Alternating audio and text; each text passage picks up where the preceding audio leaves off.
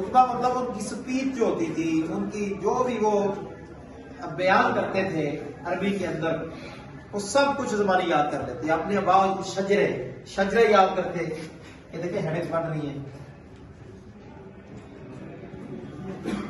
شجرے زبانی یاد کرتے، ٹھیک ہے جی. اشعار زبانی یاد کرتے،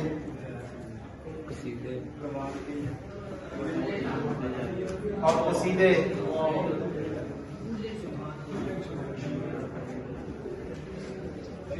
زبانی یاد کرتے. آگے رہتے اور اس کے عملی حصے کے مطابق فوراً عمل کرنا شروع کر دیتے اور ہیں. عملی ایسے کے مطابق جو نبی علیہ السلام کی جو پہلی حدیث ہے، پہلی حدیث کیا ہوتی ہے کہ نبی کریم صلی اللہ علیہ وسلم نے جس پہ عمل کر کے امت کو راستہ دکھایا ہو، قولی جو زبان مبارک سے ارشاد فرمائی، قولی حصہ سارا زبانی یاد کر لیا، پہلی پہ عمل کر لیا. آگے خود رسول اللہ صلی اللہ علیہ وسلم نے بھی مختلف موقع پر ضروری احکامات اور ہدایت کو قلم بند کروایا. اب یہاں ہم بنا گے حدیث کو لکھنے کا تحریری ثبوت. آج کا ہمارا ٹاپک یہ ہے کہ کیا حدیث مبارکہ کو لکھنے یاد کرنے کا جو عمل ہے وہ دوسری صدی میں شروع ہوا یا نبی پاک صلی اللہ علیہ وسلم کی زندگی سے ہی شروع ہو گیا. یہ ایک کوشچن بھی آتا ہے کہ حدیث کو لکھنے کا عمل کب شروع ہوا. اور جو منکرین حدیث ہیں وہ یہ اعتراض بھی کرتے ہیں، وہ کہتے ہیں کہ حدیث کو لکھنے کا جو عمل تھا وہ نبی علیہ السلام کے وصال کے بعد بلکہ 100 سال بعد یہ شروع ہوا، دوسری صدی میں شروع ہوا. اس کا جواب یہ ہے کہ احادیث کو لکھنے کا عمل جو ہے وہ بعد میں نہیں شروع ہوا بلکہ نبی علیہ السلام کی زندگی میں ہی اس کا آغاز ہو چکا تھا.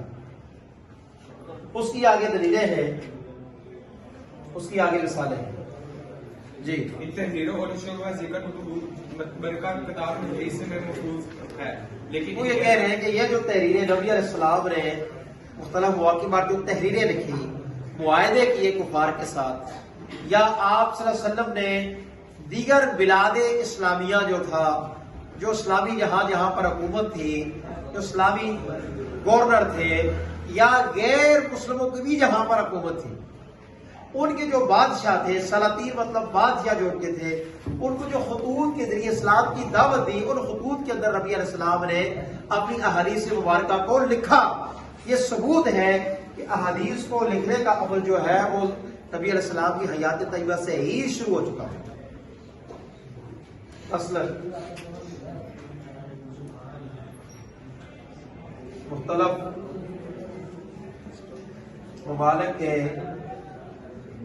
جو سربراہ تھے ان کو خطوط لکھے. مثلا اب خطوط کا آگے ذکر آ جائے گا، 3 4 5 ہیڈنگز بن جائے گی.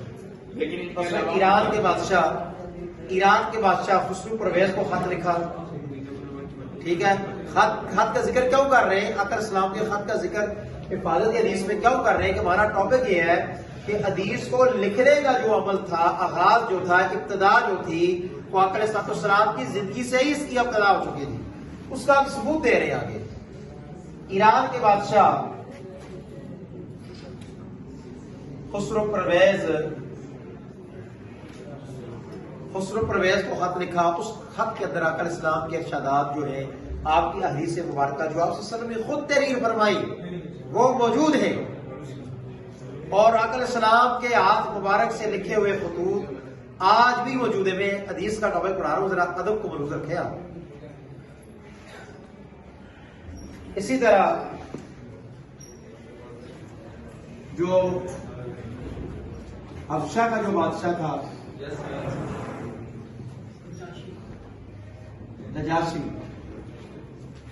نجاشی کو خط لکھا نبی علیہ السلام نے.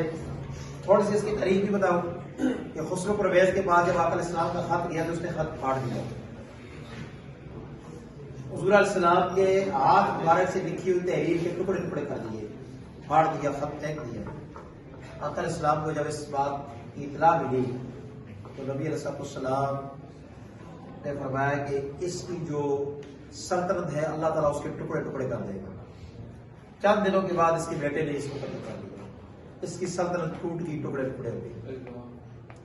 یہ جو بادشاہ تھا یہ عیسائی تھا، حبشہ کا جو بادشاہ تھا نجاشی، اس نے آقا علیہ السلام کے خط کا ادب کیا، احترام کیا اور بعد میں یہ مسلمان بھی ہو گئے.